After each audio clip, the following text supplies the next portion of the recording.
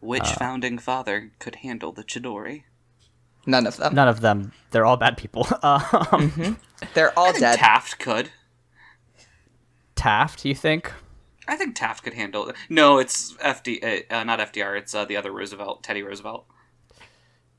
I don't think that he would use that power responsibly. He wouldn't. No fucking way. I'm not saying who should get it, Aaron. Okay. If the answer was who should get it, it's John Brown. That Harper Sperry would have been more interesting. Hold on, let me write that down. John Brown, that's going to be my next novel. Hold on. Start the podcast without me. It's fine.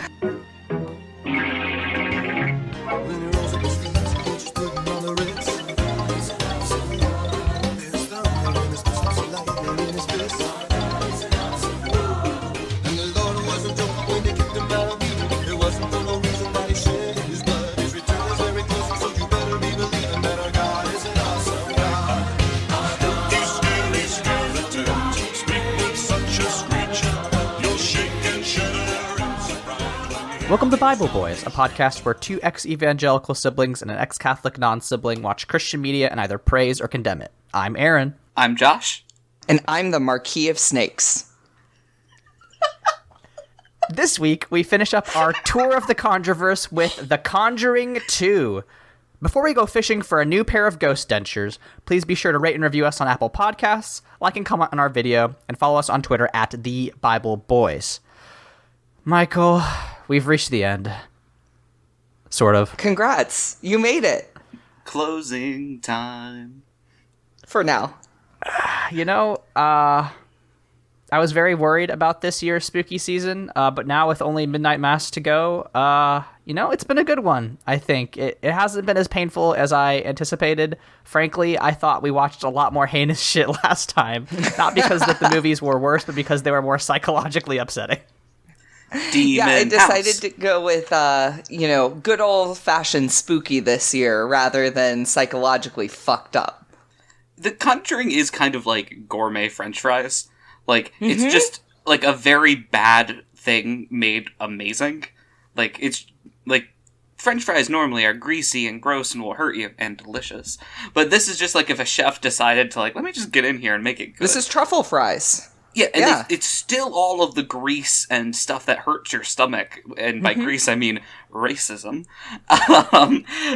But there's, I don't know, it's just done well. I like these movies, and I hate that I like them so much. No, that's half the fun.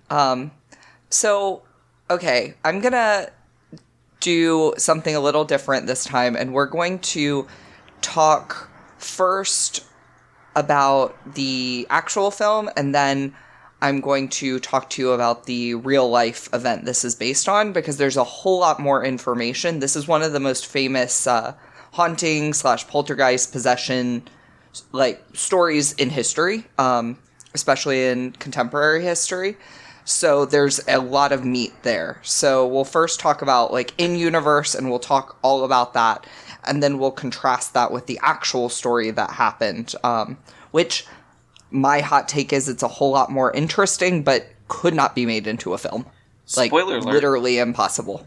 The Warrens do jack shit in real life. The Warrens would be a special guest star.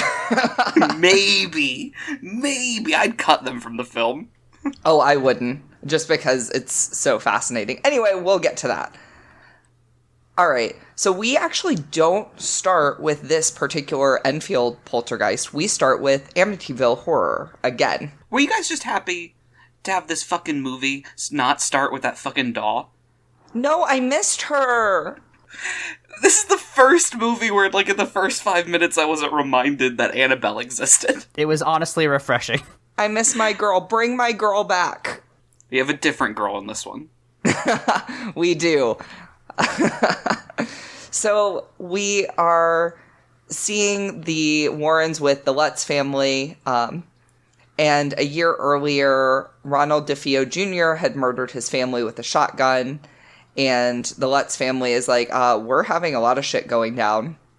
The Warrens conduct a seance, and Lorraine has a vision where she sees herself as Ronald, and she watches herself kill the family, first his parents, then his siblings. Then she encounters a demon in the form of a nun. We'll hear more about this demon later, and then follows that with a man dying. Lorraine is having like a very bad time in the vision, as she does anytime she uses her powers, because as we've mentioned before, the Jean Grey effect. She does everything but faint and say, "Ed!" So later in Enfield, England, we meet Janet. Janet is with her friend, and her friend is smoking a cigarette. She passes it to Janet, and then a teacher is like freaking the fuck out, which I just don't know if that would necessarily be super accurate in the 70s, that in the UK, people would get all up in arms over smoking. If any of our UK listeners would like to correct me, please tell me.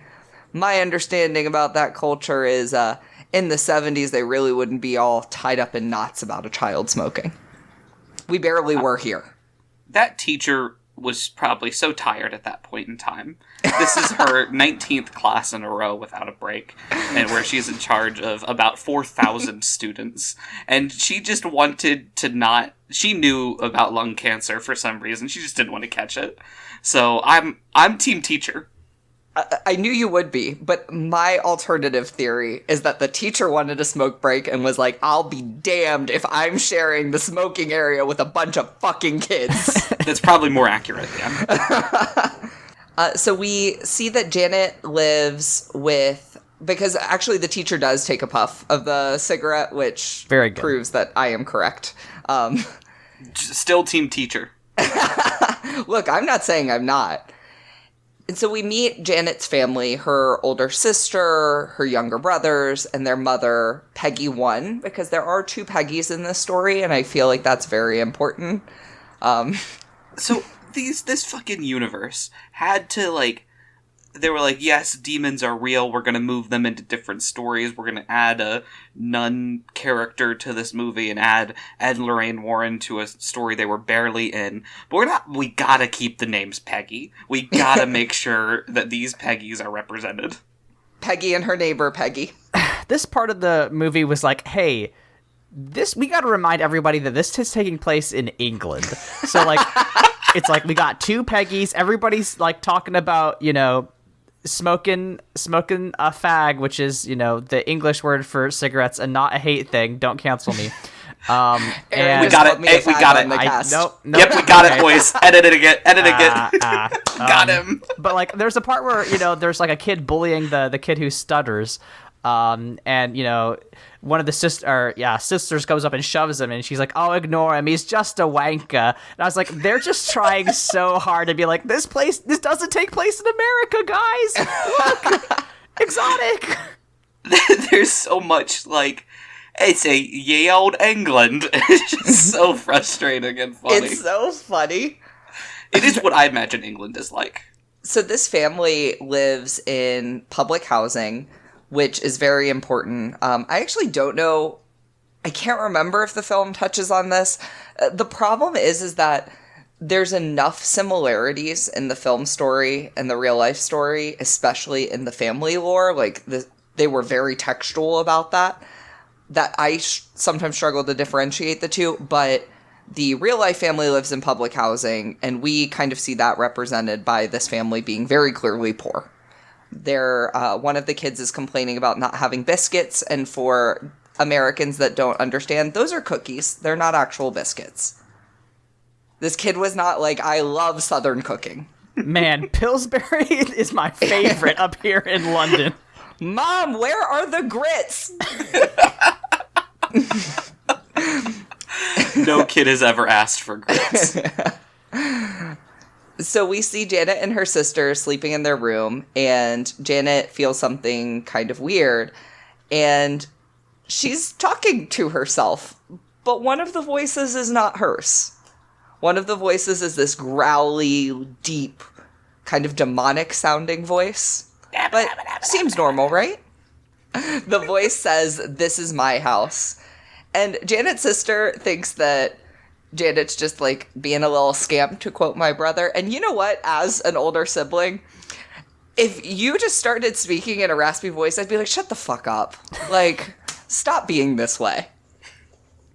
No, Michael, you would have gaslit me into believing I was haunted. That would depend on how annoying you had been. So probably.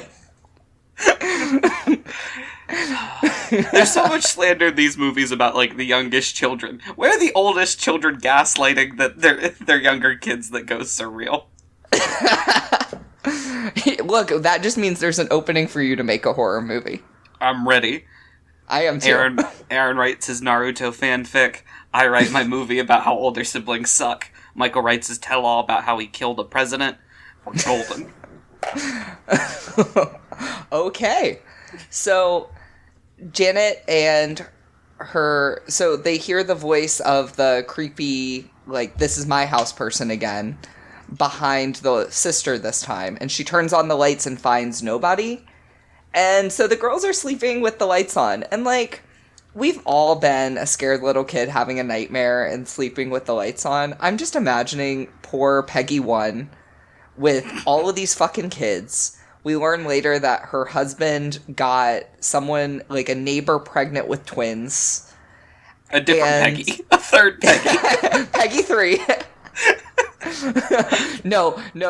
I'm about to big brain you. This is an orphan girl with polio who is also a time traveler. And her name is Annabelle. I mean, there are good chances, yeah. I mean, wasn't the first kid's name Janet, too? Yeah. Oh my God. Jesus Christ. It's all made by the same... James 1, James! The Conjureverse, man. If I'm not mistaken, he was not heavily involved in Annabelle creation. So... He still could have sent him, like, a letter and been like, hey, don't call him Janet. I like that Janet is just a reoccurring theme here. Well, when they got rid of the overt racism, they also got rid of 98% of human names. I want to also highlight something with the little kid. What's his name? It's not Johnny, is it? Billy? That's Billy, yes. The kid with the stutter, his name is Billy. And he also there's this shot of him playing with, like, this little... Mm-hmm. I don't think rotoscope is the right word, but it's like a thing that you spin around and you see the images spin around and it creates like a movie. It's like, an old-timey, like, 70s toy. And he's using this with one of his sisters to, like, help him with his stutter, and they sing the song about the crooked man. And, like, they're like, oh, there was a crooked man who had a crooked walk, and, they sing this song. And that... Aaron, will you lead us into sing-along, please, for our audience? I don't want to do that. After he called us a slur, now he won't even sing for us. But I like the... I want to put a pin in that because I am very confused about the crooked man in general. I don't know what he's doing in this movie. I have a lot of explanations about the crooked man. Excellent. And a lot of fun facts about him, too. Good. I will just say, I do love the canon of this universe that all toys are fucking terrifying. Yeah. Oh my God. This film series is just like, little kids, they're creepy. The shit they like, also creepy. But on the subject of haunted toys, I think there's a really good shot where Billy is, like, getting out of bed and, like, he is looking for, or, like, he kicks this, like, fire truck toy and it goes off and he's like, oh no, scary noise. And he, like, rolls it back. And then it rolls back into the room after he pushes it out. And I liked that bit. And I don't remember if, like, there's a scary loud noise after that, but I just... Yes. Okay, yeah. There's a lot of jump scares in this one, and I think it honestly hurts the film. I agree. But, it was fine. I liked the first part. Yeah, I think that... So, this film is less artful with its jump scares than the first Conjuring, and is a little bit more gratuitous with them, and I think it's because... if you made a textually accurate version of this story, it would be like 20 minutes long. So they had to really... 2 hours and 13 minutes long. So fucking long. They had to beef it up. Oh my God. And like an hour of it's good. I would argue more than that, but I do think that it peters off real quick. So There's the scary noise here is a like banging on the door. There's a groan. Billy has run to his mom's room. There's no one outside, but then Janet comes back and she's like, "Why are you freaking out? I was not knocking on the door." And the next day, Janet is sick and at home by herself. And when she's watching TV, the channels are just changing themselves. The remote keeps disappearing. Is this where she chooses the scariest seat in the house? Yes, because that's where the remote keeps appearing, in this old, really, like, worn chair that is, like, intentionally creepy. And I actually think the cinematography in the living room is so well done. And so, like, I like the shots. I like how things are kind of purposefully obscured, how the camera angle is lower. You kind of feel like you're taking more of a child's view of a living room than an adult's view most of the time. So I really appreciate those sorts of details. And of course we get the "my house" scream again, and Janet is running back to the couch. And I'm like, is the couch really going to protect you, Janet? I like this scene because knowing what the ghost is makes it very funny that, like, in this scene, he's just like, "No, go back. I was watching my programs." Yeah. He's like, "Leave me alone." There is a fun line between, like, grumpy old man ghost and straight up evil demon. And I don't know if the movie ever lands on, like, oh, it was all a ruse, but in my head, like, this man is just a grumpy ghost that just chills out here. So that night, Janet is, like, startled, awoken, because she's on the floor as if, like, she got picked up and thrown. She's telling her sister somebody's in the house. And Margaret's like, "Yeah, right." But then their beds start shaking. And they run into their mom's room. And their poor mother in this scene is just, like, exasperated. Like, "You need to go to bed. Shut up. I'm trying to get my sleep." And then the dresser slams into the door and slams it shut. And she's like, "Just kidding." And I do like that these films really are like, kids are creepy, but you should probably believe them. And I think that's, like, kind of a low-key positive message, and it's very strange. Yeah, there's a lot about the messaging of this film that I hate, but, like, I do like that they're like, no, these kids are basically never lying, and you should always believe your kids, which is cool. And is an important thing to note for the real story, so.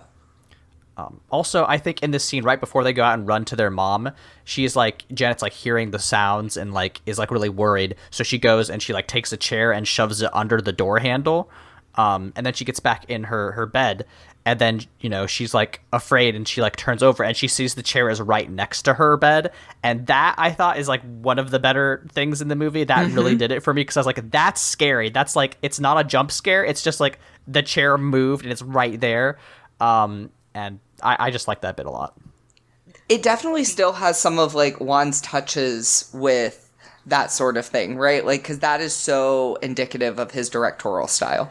I can't tell if we're just, like, not the normal horror movie viewers, because I'm with Aaron. Like, the scariest shit in these movies is when something happens and you're like, that's just, it's incorrect. You know what I mean? Like, that doesn't make sense. There's no logical explanation for that. And then watching a character have to go through, like, how does that happen? Why is that happening? Like, that's, I think, the more interesting stuff than, like, I don't know, a very tall man coming at you.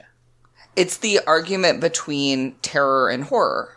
Terror is that, like, sense of dread that you get when something is wrong, or, like, there's a foreboding mood with, like, creepy music and, like, just the vibe is off. And then horror is, like, the things that actually scare you and the images that stick with you. So, like, when we watched Midsommar, the scene of, like, the mallet is horror, but, like, the entire rest of that movie is terror. It's terror, yeah. Which is Demon House? Neither. Neither. Demon House is a mistake. That's my next pick. My favorite thing that immediately following this was when they go to get the cops, and it's like, God, why do you go to get the cops? Nope, the cops are never helpful in a horror movie. And, like, that's exactly what happens, and it rules. Yeah, I love that they go to... Peggy goes to Peggy's house. This is where we meet Peggy, too. Peggy Alpha goes to Peggy Beta. And, yeah, the cops are useless. The police find nothing, but they do see a chair sliding across the room, and they include that in their report, and that's it. That's all they do. It's good to know that, like, police are as good at getting ghosts in the United States as they are in good old UK, which is to say, bad. Yes. Now we get to have a special episode of Bob Ross, Ed Warren. This part, I like some of the parts with the nun, but like, I think the nun is used best and worst in this film of any of her other appearances. Like, there is a good nun scene, and I will not accept any other answer. No, like, there are a couple of, like, creepy moments with the nun. Incidentally, they all happen, in my opinion, at the Warrens' house. Yes. But yes. then, like, there are also the worst nun scenes, and I have seen The Nun, which was a damn near unwatchable film. And that one is, like, frankly, just kind of mediocre with its usage of the nun. So, yeah, Ed Warren has this dream and starts drawing who we will later find out is the big bad of the Conjuring universe. Oh, wait, you thought it was Annabelle? Wrong. It's this rando. I hated this because, besides the fact that we have no, like, it makes no sense that Ed Warren would paint this. We've had no indication that he is a man, inclined to the arts. I think it's just wild that one day, like, if I woke up one day and started making an extremely fucked up nun, I think Sierra would, like, probably ask me to go see a doctor. And to make matters worse, they do hang up the painting in their house. This is they're my proud of favorite it. thing, because this is what it's like to be in a relationship with me. Because if I were in a relationship and I woke up and my significant other was drawing a creepy nun, I would have no questions and I would be like, we need to hang this up in our home. This is art. I guarantee if I brought Bailey a demon nun, that she would go, yeah. Like, it's not, she wouldn't expect it, but, like, I've worn her down so much that it wouldn't be a surprise anymore. So I also we would want all to point have out differing reactions. Oh, for sure. It's directly in line with Michael. It's the wildest thing Aaron could ever do, and I do so many weird things that at this point nothing is shocking. I want to point out that Lorraine is like Jean Grey, has the superpowers, does all of the hard work. Ed is good at everything else. Yeah, he's the jack of all trades, the Renaissance man. Ed is what I think the writers of this movie think all men should be. Like, there is not a task this man can't do. He loves his family and his daughter, and he loves every family that he comes in contact with. And I think, this is just a theory, he's trying to replace all the husbands in every family he visits. So, the real message of the Conjuring universe is, all men are bad, all men should be like our portrayal of Ed Warren. That's what I'm saying. These films are Catholic propaganda. No, they're Ed Warren propaganda. Michael, I'm going to go even simpler. I think the message of this movie is, Ed's going to fuck your wife. God. But I think, eventually Lorraine does, like, have a sequence with the nun, which is, like, a pretty good sequence. Like, I would say 70% of the sequence of, like, the nun chasing her around the house is, like, very scary because, they get long shots of her, like, standing in the hallway looking menacing, and, like, there's this whole sequence where, like, there's this room with the painting in it, and Lorraine's like, the lights are flickering and things are shutting off, and like I was like very scared at this point because it was very tense and like you could tell like something bad is about to happen. And she keeps like looking at this painting, and this painting, like, they keep cutting between her and the painting, and like because the lights are off, it's black and you can't tell, and it's like it just keeps going from black, like looking at the painting, to Lorraine's face, and like keeps switching and switching and building tension. And then finally, when the scare happens, the hands come across the painting, and then the nun does the most Looney Tunes ass shit, which is just holds her face through the painting and charges Lorraine. And at that point, I stopped being scared entirely because I was like, what the fuck? It's so funny. The worst part is the hands going across the thing is my favorite nun sequence. Like the slow build of you know exactly what's going to happen, and then it does it did the thing too much, you know what I mean? Mm-hmm. Well, yeah, there was no... So I'd say the biggest contrast between this and the first film is the first film withheld, like, some things. I think it could have withheld some more, frankly, but it withheld a lot for a genre that is not known for that. And this film really does fall into a lot more horror tropes than even the first one does. And I think a big reason of that is because the first movie, they were making a horror movie, which means cheap budget, trying to get as much return as you can. We gotta continue up on the franchise. We gotta leave ourselves open for more things. You need to be able to recognize the nun by seeing her instantly, so you see the next movie. Mm-hmm. Well, and then you're curious about the nun and, like, learning more about her because they made a film about her that... mind-boggling how not scary that movie is. I want to just get, like, a super cut of all of the times we've shit on the other Conjuring movies that we haven't watched. Because me and Michael hate them with, like, a burning passion. I haven't even seen The Nun. I mean, I saw some of it, but I fell asleep during it, so... in the movie theater. This is a man who gets, like, 3 hours of sleep every night. And that movie managed to knock you out. Yeah. You know... what can I say? The Nun is just NyQuil to me. That's actually what Lorraine was scribbling in her Bible when her daughter was like, Mom, what the fuck are you doing? Was NyQuil. This has made me, as someone whose father writes in Bibles a lot, and one of his Bibles you can barely read because of the amount of, like, stuff that he has written in it, I did want to flip through it just to see if there are any demon names. Yeah! Just in case. Just in case! Listen, I love him. He's a great man. I don't trust him that he's never encountered a demon and written their name in, like, Leviticus. If he did not tell me, I'm getting angry just thinking about it. We've got to move on. We gotta focus. Michael, this is like a 40-minute rant, I see. So we're back in Enfield. People have become aware of the haunting. There are paranormal researchers. The researchers are like, we don't have enough evidence. And they have a news crew that's there to interview Janet and her sister. During the interview, Janet starts talking like an old man.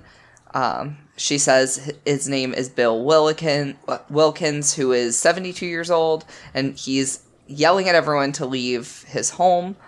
At one point, the researchers ask, like, where do you come from? And he says, I come from the grave. And I was like, come on. Such bad writing. But what if he just said, like, New Jersey? I'm an expat. Americans hate the thought of leaving the country on purpose. So the one thing I will note here is when you talk about bad writing, I'm doing what I said I wouldn't do and intersecting the real story here. The main source for this interview, because the press that we see, is the Daily Mail. So in between going like, Princess Diane should die brutally. Anyway, here's a little ghost story. Yeah, I mean, in their defense, Diana wasn't yet a thing. So they had to report on something. They knew. They were ready. They were ready, that's for sure. But, yeah, they were at the home. The children are all sleeping in the living room. Billy is walking through the house and encounters the Crooked Man. And he's, like, chasing Billy around the house.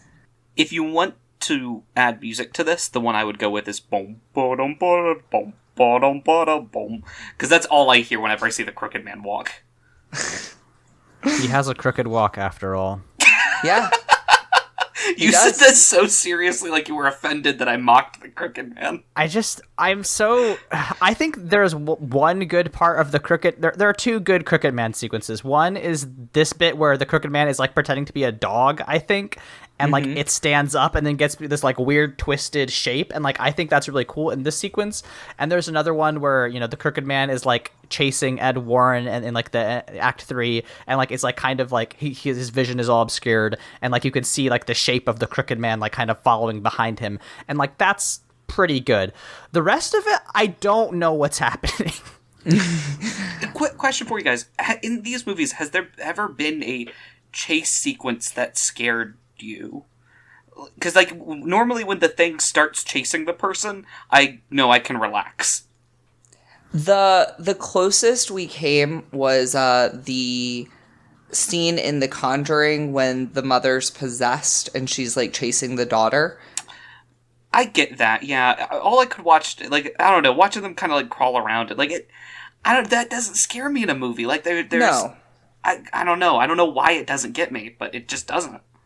And it's so much of some of these movies. I think it's just like you expect kind of an action-packed sequence in between all these moments of stillness, and like I think it's the same for me. Like I think those like creepy tension-building moments are so much more impactful, but like they have to break that tension eventually.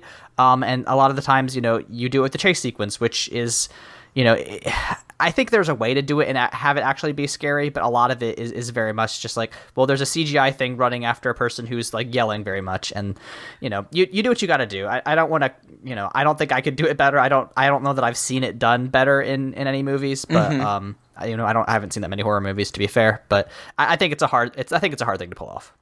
Also, put a pin into something you just said about the Crooked Man.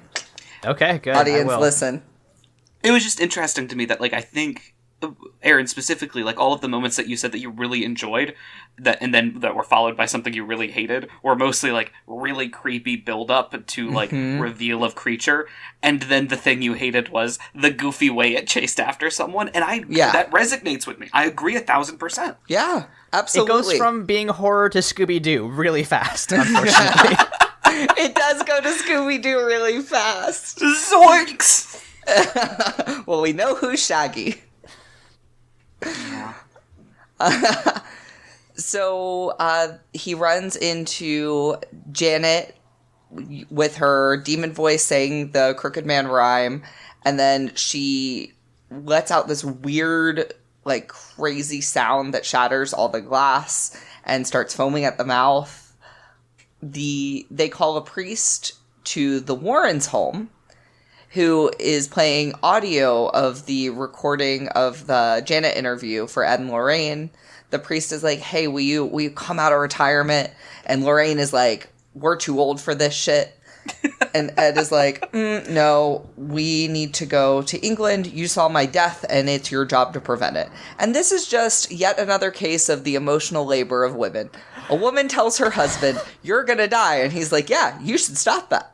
There's literally a line later where Ed is like, I know I made you a promise, but I gotta go break that promise. And it's really, really good.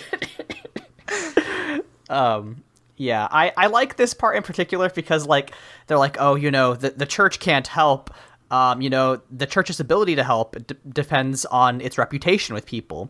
And I was just like, no, they're just still mad about Henry VIII. They don't want to fuck with England. They're like, fuck that island. They're called what, Anglicans? Oh no, let them all die from demons. They deserve this.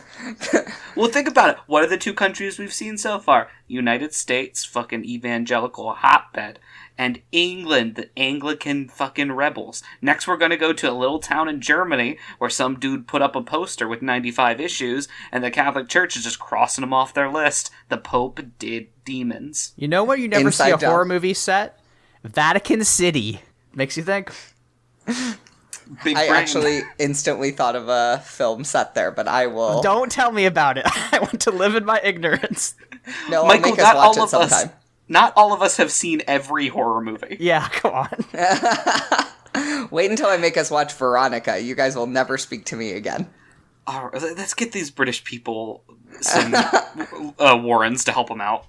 Yes, so Peggy shows Ed the bedroom that's just, like, wrecked. The walls are covered in crosses.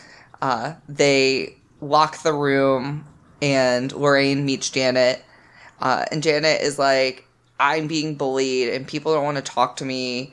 And Lorraine is like, hey, one person can help change things. And it's then really that. Put a pin in that, because that comes up at the end of the movie. But also, she's like, Janet, I know what it's like to lose your friends because you're different. And it's like, yeah, Lorraine, I bet you fucking do. You're a fucking weirdo, and you're annoying. What it is? It's probably not even Lorraine. I bet all of Lorraine's friends just hate Ed.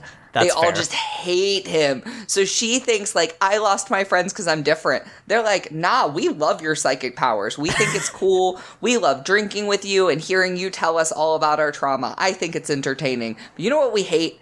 That bastard you married. You know why they hate Ed? Because he's fucked all of them. Because he's ruined all of their marriages with his car mechanics and decent Elvis impression. So Janet also says that the voice says that it wants to hurt Lorraine. And, like, this would actually creep me out a lot in real life if a little kid was like, hey, the voice that talks to me all the time wants to hurt you. I'd be like, you're a psychopath. I did, when I was hanging out with my girlfriend's little cousins, one of them walked up to me and in a very calm voice said, "Did you know you can't scream in heaven?" And then walked away. And that's been sticking with me ever since. Oh my god! Let's get that kid on the podcast right now. Heaven is for Real 2, the horror movie sequel. To Heaven, Too Real. Another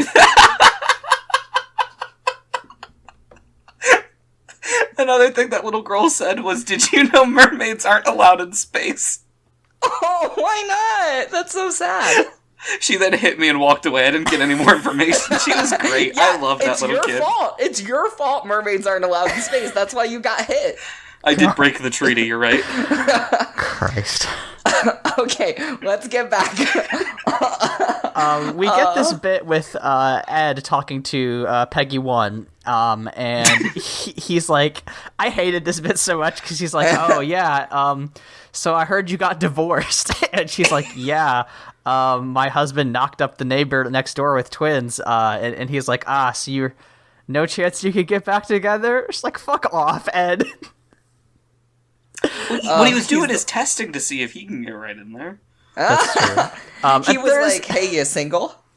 There is one else good moment that redeemed it, which is like, he says, she's like, he took all the music with him when he left. And he's like, it can feel like that sometimes. And she's like, no, idiot. He literally took all our Elvis LPs. It was so annoying. I love how dumb he is.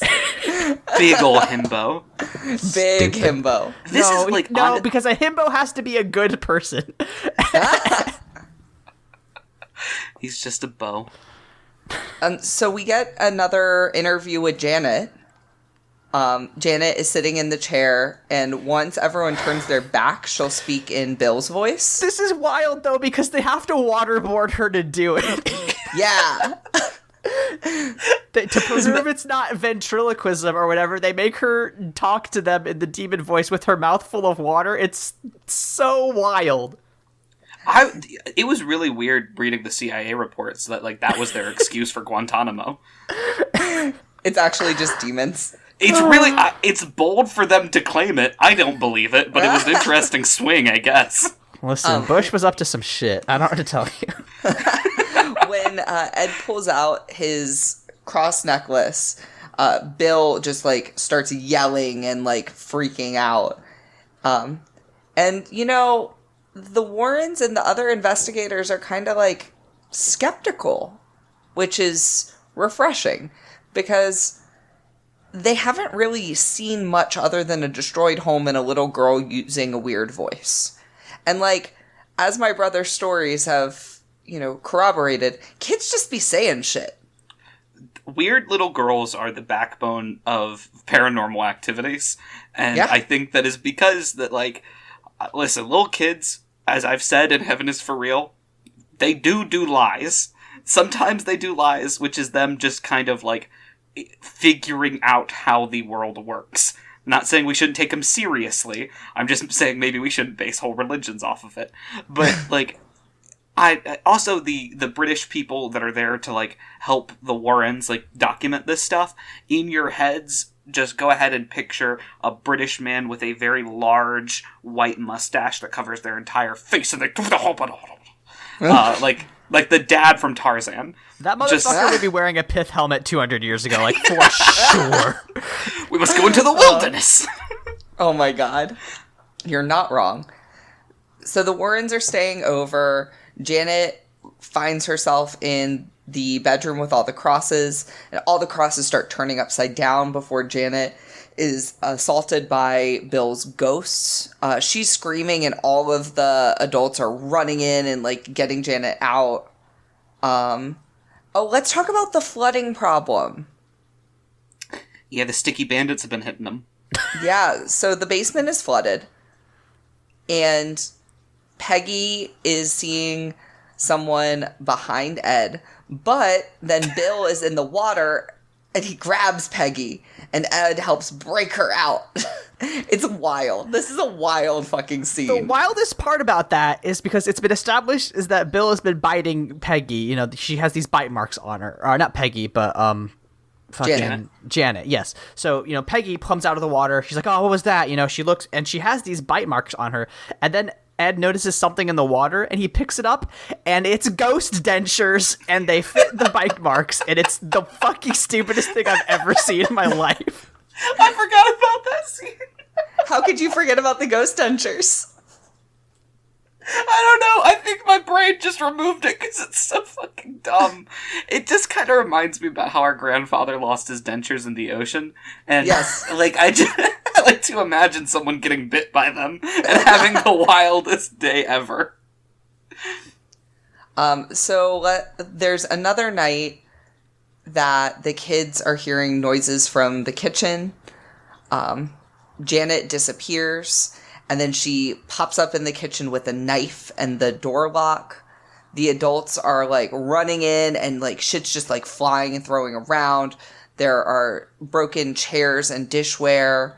And Johnny, which is one of the brothers, and Janet are missing. They do find Johnny, and Janet is stuck inside an electrical box, like, screaming in demon. And I thought that's what the subtitles would say. Yeah. I thought that was a, like, cool, creepy scene. I think that just, like, the weirdness of her being stuck in the electrical box. I almost wish that she wasn't, like, demonically possessed in this and it was just her, like, screaming, "Get me out." I feel like that would be a whole lot scarier. But then again, I'm very, like, because I'm naturally a skeptic and I want to view things critically, I like the idea of these things being questionable. Like, how the fuck did she get in here? We cannot explain it. And I think that's where the creepy comes in, not the demonic screaming. That's, I think, one thing that's very interesting about these movies, because I'd say, like, the first half of the movie is filled with, it's a stretch to get a logical explanation for how this happened, but I could get there. Mm-hmm. And then the end is where they fight Thanos. So, like, I think that's why I enjoy, like, the first half, because that's where, like, you get the quote-unquote, huge quotes, real ghost stories are all shit that you can logically get there. You know what I mean? You can get, like, well, night terrors, or, you know, you misplace something, or you're making it up. Like, I can get there when most people tell me they're, like, ghost stories of, like, some kind of explanation. And that's what I liked this scene, because the reveal that's about to happen. Yeah. So we see a video from one of the investigators of Janet throwing things around in the kitchen, and that basically, like, trashing things and making it look like a haunting. Peggy is like, everyone needs to leave, and because they're vampires, they all have to. The kids also believe Janet's faking it. I hated this part, and it's because it's very clearly a red herring, and we talked about how the fact that, like, this movie is already too long. This was all entirely unnecessary. Like, we've seen the audience has seen the demon. There is no question in our minds that there is a demon here. And frankly, Ed and Lorraine have seen the demon too. They should not be super skeptical about this.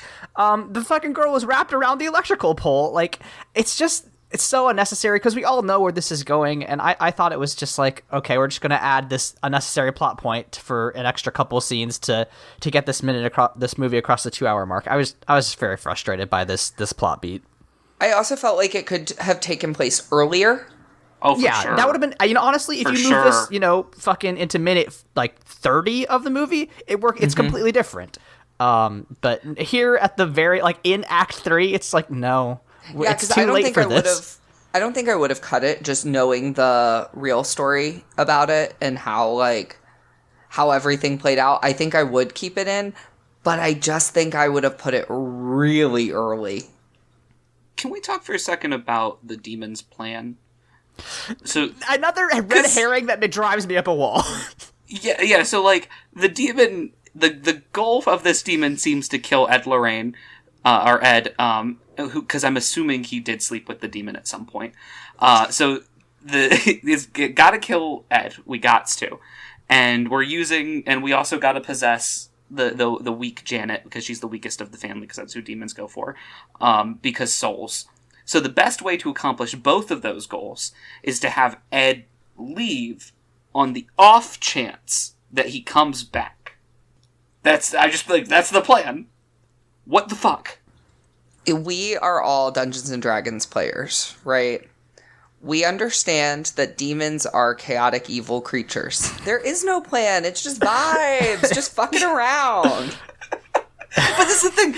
These movies disagree with that plot. They're like, demons always have a plan. They always have a goal. And I know I said in an early one, I disagree with that concept. I think it's much scarier if they're like, yeah, demons do shit. We don't know why. It's scary. Jesus Christ, they're just doing shit. Yeah, and we figure out about this plan because as they're heading home, Ed, one of the tapes fall and forms this, red X. And when they play the tape, they see that, oh, wait, the recordings of Bill's voice are actually saying a message, and it's saying, help me, it won't let me go. Lorraine has a vision of Bill, and he's, speaking and, not being really upfront, but we do see the demon nun taking him away. Well, he says a riddle. Yeah. He does give a little riddle. He's like, it's with you, before you ask for it, and you never want it. It's always with you, even when you die. And it's like, what am I? And then that's the key that, of course, you have to find the name of the demon that gives you power over it. Naturally. Do you guys think Jesus did this? Gave them the clue, or do you think that this was the ghost? This was the ghost of Bill. This was the ghost, yeah. I think it was Jesus. Why do you think it was Jesus? Yeah, defend your work. No. All right, good use of our time. You are outvoted. I hate to tell you, you're outvoted. Fun fact about comedy. It's all about saying no. I was gonna say, great, good. No. My improv skills are killing. No but. No but. Well, let's move on. So they figure out, okay, we gotta find the name. Let's go back to the house. The family is locked outside. Ed tries to break in. And Lorraine is, yelling after him. And then lightning strikes the tree. And then we see the giant stake that Lorraine has. Chekhov's the vision. Impaling tree trunk. Yes. It's so fucking dumb. It's so dumb. I like it because it's big and stupid, but it is very funny to be like, a lightning strikes the tree, and then dun dun dun, there's a big sharp tree trunk just waiting to impale your husband. They could have just had an old tree out there. Yeah. That's all you need. There are so many ways that this could have been more effective, and they just kind of decided not to do it. It's the name of this movie. So Lorraine is like, what the fuck is this demon's name? Wait, I was writing shit earlier. Remember when I was writing shit earlier? And she finds out that from her scribbling that the demon's name is Valak. What we didn't see textually, but what we know to be true, she actually also got the demon's resume. Because that's where my joke about being the Marquis of Snakes comes from. She lists all of these titles that Valak has, and apparently she got his resume. That's pretty cool. I also want to point out, Valak, if you're like, man, that's like a deep pull from the Bible, it's not from the Bible. Nope. It's from the Lesser Key of Solomon, you know? Yep. It's a real deep cut. Would you guys like to guess when it was written? When? When the Lesser Key of Solomon was written? Yeah. I want to say 600 BC. You're so close. The 1600s. Just I was thinking the 2,000 years Renaissance. off. That means that the Lesser Key of Solomon, the name of this demon, is closer to the invention of cheesy bread in the crust of pizza than it was to Jesus. So, Ed is attacked by the Crooked Man again, and we get another, like, scene with that, and his vision had been obscured by a pipe burst, and he comes across Janet. A window shatters, and Janet has this opportunity to jump onto the giant tree. Ed goes to grab her and catches her, but Lorraine is like screaming and running after him. Valak pops up and holds Lorraine back. She then gives Valak's name and job title, calls him the Tormentor, Marquis of Snakes, blah, blah, blah. He's got a lot of jobs, and sends him back to hell. And Janet's fine. Ed's fine. Everyone's good. And this is where the movie turned around for me, because that's feminism, baby. Yeah. I do like that, you know, it's... Lorraine really should be the one doing exorcism, seeing as she's the one with supernatural powers. But she's too busy getting nosebleeds and passing out. So finally, we figured out her iron problem, and now she is just able to exorcise demons. And then we get... I want to touch on, like, the last scene that... the last thing that, what's her name? The little girl says... Janet. Janet. There's so... Janet... You removed Janet from your brain in a way that's really impressive. The thing about these we'll talk about it, but this spooky season is not going to stick with me the same way last spooky season did. The thing about Janet's last thing is, like, earlier, you know, when Lorraine was talking to her, you know, Lorraine was like, you know, just one person can change everything. And then Janet at the very end is like, you know, Lorraine, you said one person could change everything, but I'm lucky because I've got two. And then she looks to Ed and Lorraine, and then her mom comes in, and she's like, oh, you were talking about your mom, and oh, were you, kid? Oh my god. So wild. It is important to note that I did see this in the movie theater, and it is at this fade to black that I did scream because I had so much pent-up energy, and that I had been so terrified for the entire fucking 18 hours that this movie goes, and this was also the first horror movie I had seen in theaters, so, yeah.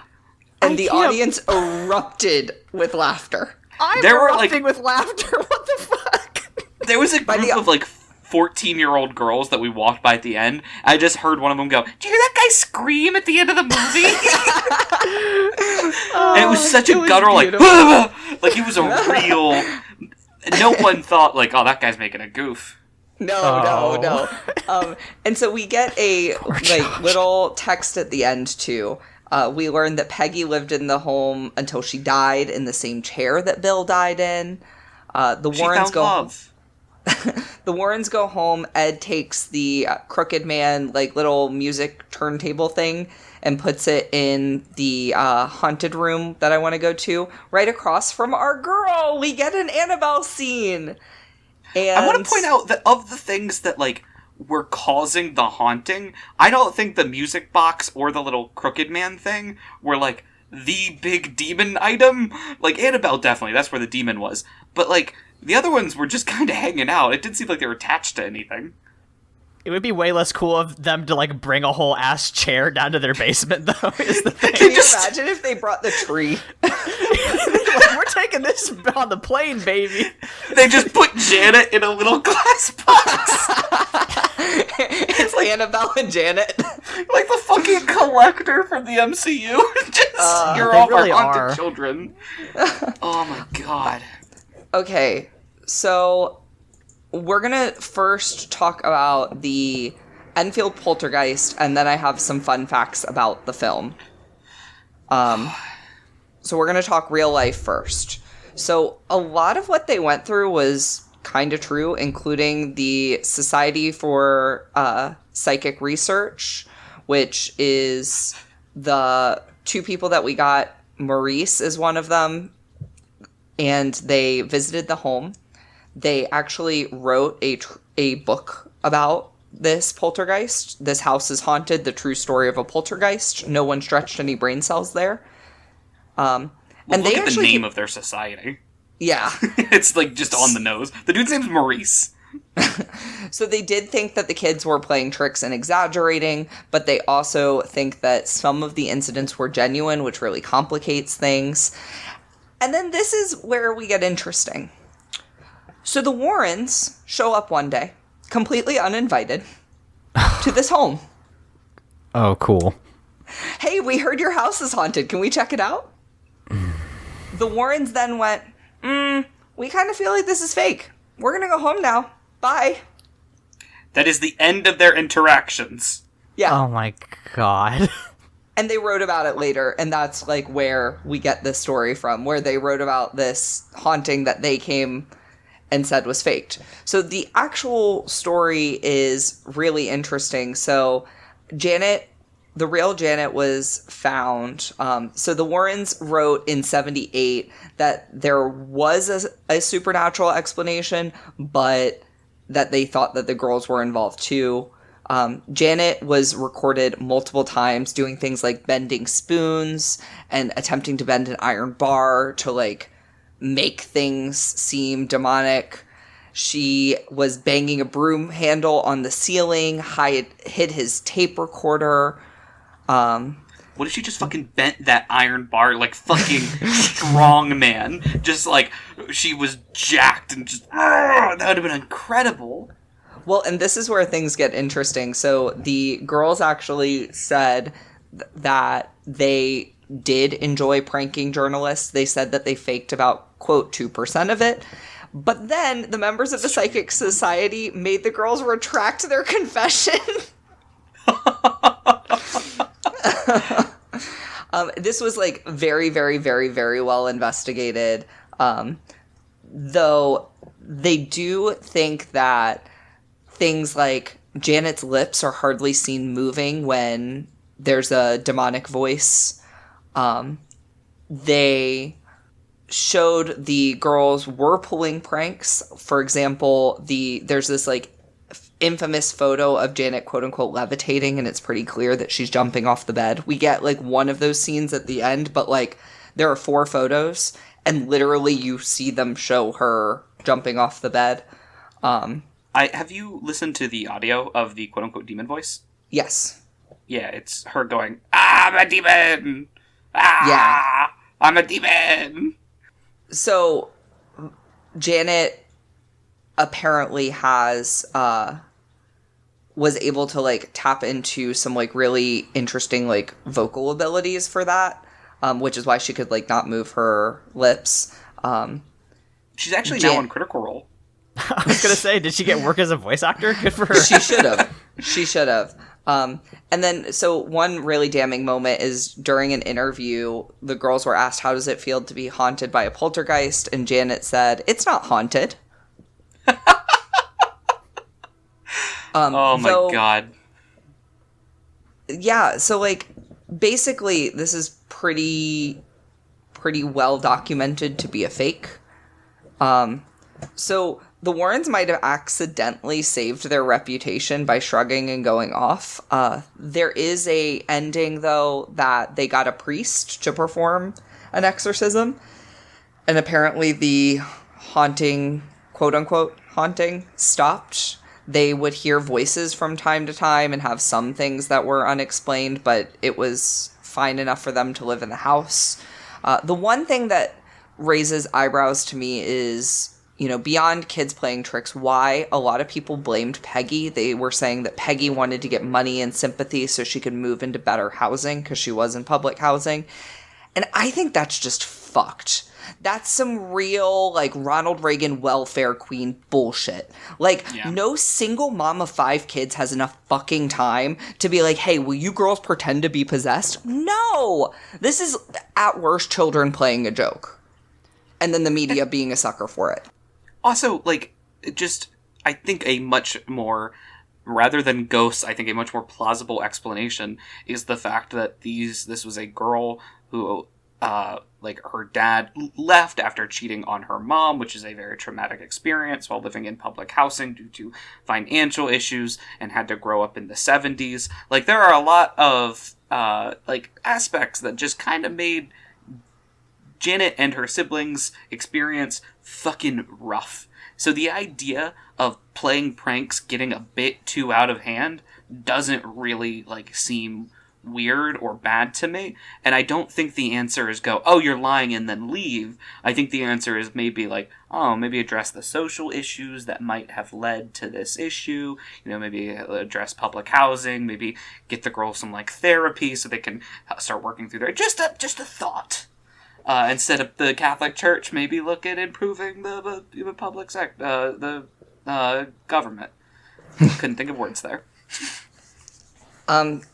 Yeah, I think that it's actually kind of a sad story at its core, and one that, like, surprise, we're all the villain, kind of like the Britney Spears story, like the public's, you know, curiosity to the point of exploitation, and then the media's willingness to exploit.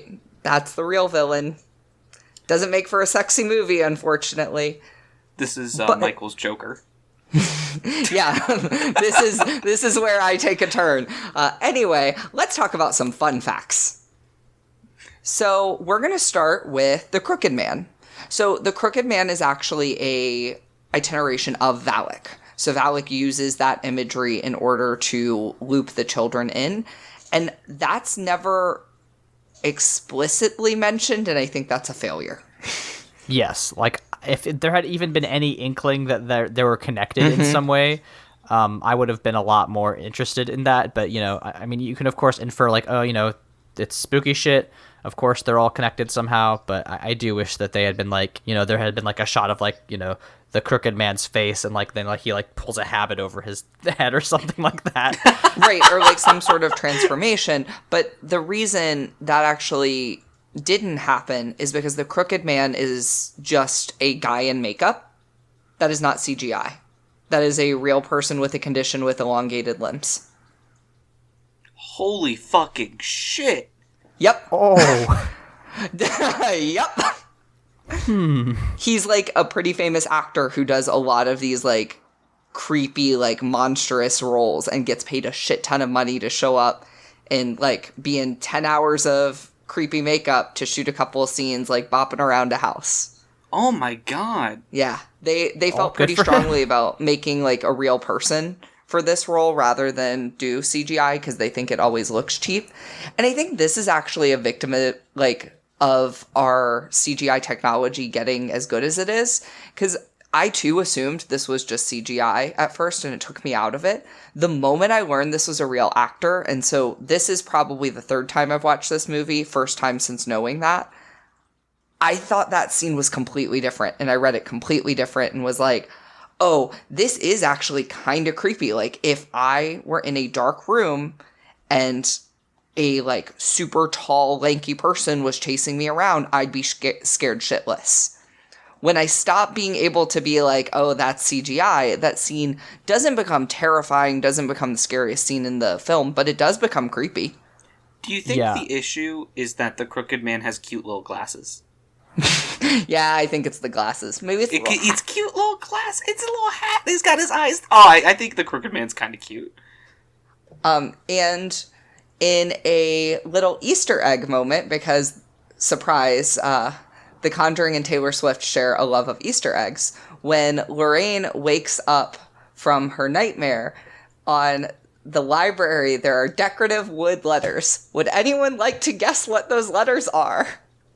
Oh my god. Is it VALK? Yeah. Cool. So that one was definitely Jesus. Yeah. Yeah, that one was Jesus. Also, Valak originally was not going to be heavily featured and didn't even appear as anything other than a shadowy entity until 3 months before the film was finished, where James Wan was like, guess what? I had an idea. What if we made Valak a creepy nun? And so all of the nun scenes were shot and produced last. That does not surprise me. I don't disagree with the idea. Like, the nun looks cool. Like, it's a cool aesthetic. It's a cool imagery. It's just that's all it was. You know what I mean? It's kind of like Sonic the Hedgehog. Just looking cool doesn't quite get you to the finish line of something that's good. Well, and I think the problem is because it was kind of rushed, we didn't get the same like intentionality that we could have gotten with it if it were part of Plan A. So They could have made it work better. Yeah, I think some of the scenes, like the one of her chasing Lorraine around, could have maybe been better if they had a little more time to sit on it. But they had 3 months. They were like, we got to get someone in makeup, we got to film, we got to go. And that's not a lot of time in filmmaking. Yeah, so they had to digitally alter the painting from a horned demon to a nun. Oh, I gotta see this original one. I don't know if it's out there. I haven't really looked that hard, but yeah, the nun is also implied to be the like most powerful demon that we've seen, because the demon possessing Annabelle can only really like fuck with things, whereas Valak can actually like block Lorraine's powers and is a lot higher up, hence the long title. But hey, boys, stop what you're doing and look up the original Valak. It looks like Steppenwolf. I think you kind of see this a little bit at the end when Valak is banished to hell, but yeah, it's very much just like a horned demon. Yeah. It's so different. So different, and I think less creepy. I agree. I think the nun works a lot better. This was this was a good choice. This was a good upgrade. Absolutely. There's a nice picture of the actress who plays Lorraine kissing it, though. Oh, yeah. I love that. She's so funny. But yeah, that's the end of my fun facts, really. I think that the original story of this film is really sad and could never really be made into a movie, and I'm a little perplexed that we ended up with a film that's just a hair under 2.5 hours over that story. But I also understand why we had to Hollywoodify it. I just happen to think there might be better ways. I do have a question for the three of you. Which one of the Conjuring villains are we going as for Halloween? We've got Valak. You could be the Crooked Man. You could be Annabelle. You could be Bathsheba. I'm going to go with crumbling British infrastructure. I was going to go with pernicious racist media tropes, but I think it might just be, I might wear the habit. I'm definitely going as Annabelle. We know. That tracks. All right, do you all want to review this? Do you have any closing take? Because, like, we're leaving the Conjureverse for a little while. Like, do you mind if we just talk a little bit about our thoughts on it? Yeah, let's talk about it. I found this to be very interesting. I did not dislike, or, like, I did dislike one movie out of it, and that was the first Annabelle. The rest were fine, to good. I still think The Conjuring's the best movie out of these. I also think it's the scariest out of these. And I think that the Conjureverse has done some interesting things to horror movies in general. And, as I know I made this joke before, this is horror movie Marvel. This is like the interconnected universe. And we're still getting those movies. They're just worse. And it'll be interesting to see, like, what is the next, like... I guess we are kind of getting that with, like, Get Out and, what, Inside? Us? Are you talking about? Us. What the fuck Us. is Inside? Inside is a Disney movie, isn't it? That's Inside Out. we're circling a little, but you're not wrong. In like the Insidious series, like we are seeing horror kind of have, like, an interesting moment.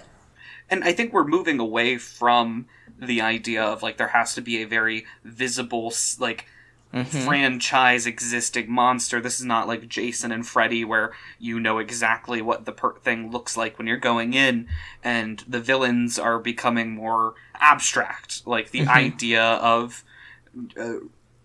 like racism and battling with what identity is now becoming more of a mainstream with horror. It's just interesting to see that's kind of bridged to that, Yeah.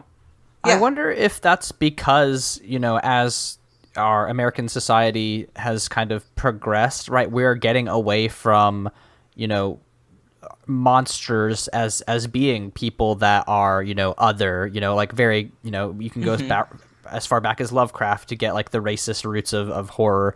But like, I wonder if that is as an effect of like us being like, okay, like you're saying, like, Get Out deals with not, just like a racialized monster, but like the systemic racism in our society, as being like kind of like the true horror of it. And I'm wondering if like if moving away from like that Freddy versus Jason, alien type figurehead monster and into something that is more nebulous and confusing, and this is where I get in my big brain, like the subversion of the 2016 election by Russian psyops is affecting the way that we make horror now, because now we're all afraid of the unknown and misunformation, and things are more existential. Yeah, I wonder if that maybe has something to do with it. I think that might be a little bit of a pretentious take, but I'm willing to put it out there. I don't think you're wrong, though, because I could definitely see, like, going way back with, like, the original Godzilla movie, where it was, let's make a monster that symbolizes what happened to Japan because of the atomic bomb.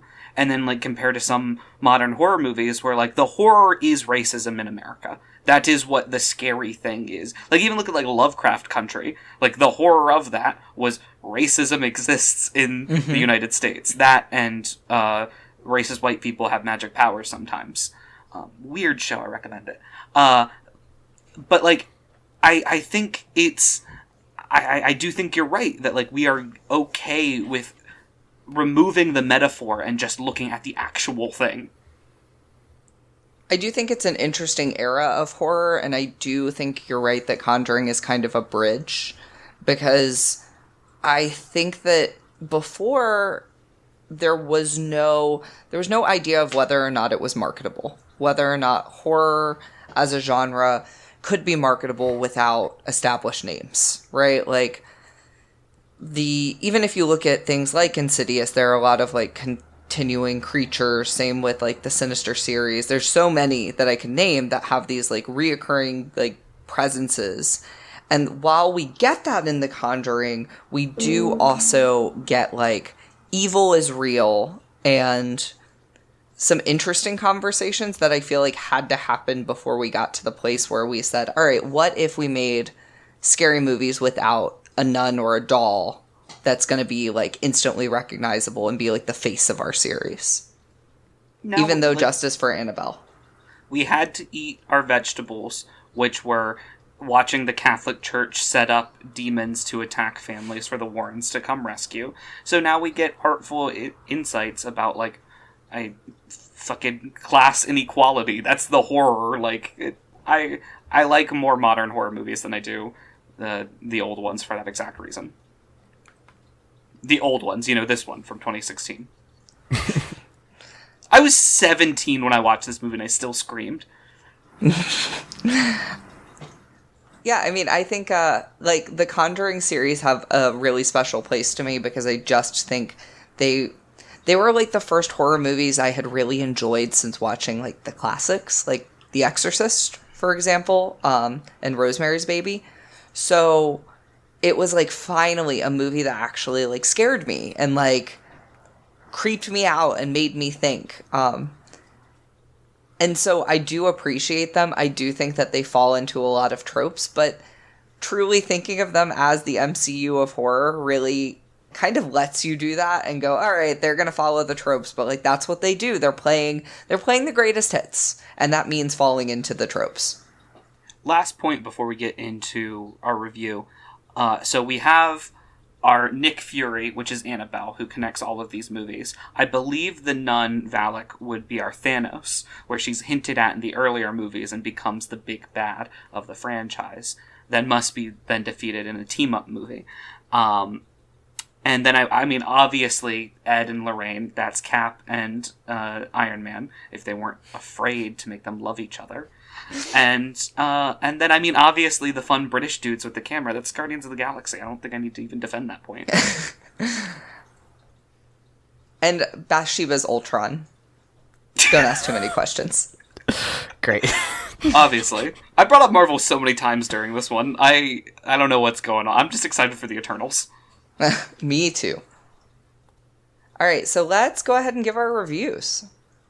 I'm going to give this one a 8 out of 10 Elvis impression. I'm going to give this the 6th Station of the Cross. Veronica wipes the face of Jesus, just because, like, it did make me cover my face several times, but, you know, I thought I could have been more impactful. I'm giving this film 4 out of 5 snakes. I really think we could have tied that title in there somewhere. Not a single Honestly. snake from my memory. They're too busy working. God.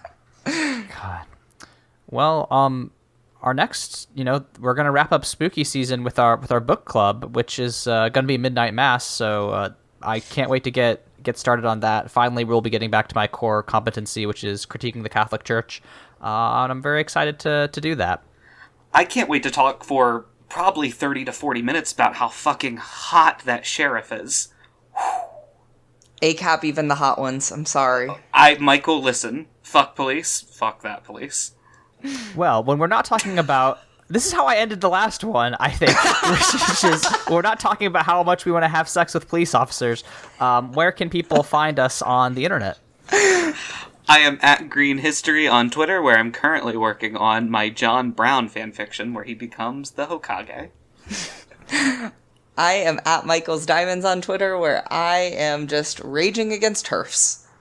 You can find me on Twitter at AaronSXL, where I talk about health policy and tabletop RPGs. You can listen to the other podcast I do at Mortified Pod. Me and Layla just released an episode about the Fallout New Vegas DLC Dead Money, which was a really, really good time.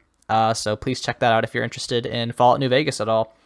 I also released a tabletop RPG inspired by kind of this spooky season and past spooky seasons. I Adjure You, Ancient Serpent. Runs on the Caltrop core, and it's pay what you want on itch.io, and I'll include a link in the description if you're interested in that, so please check it out. If you're on the fence, and I doubt my opinion will sway you, Aaron's work that has been coming out in the TTRPG sphere is very interesting. It's very intriguing, and I cannot wait for the newest one that you just tweeted about. Has me so excited. Oh yeah, that's probably gonna come out like tomorrow. I just have to like put it up on all my shit, but it's done. Ooh, so know what character I'm playing. Yeah, we'll see if we can do a Poppy War campaign. Anyway, if you are just shedding so many tears about all the great work that your co-hosts do, just remember that it is okay to cry, because even Jesus wept. We'll see you all next week.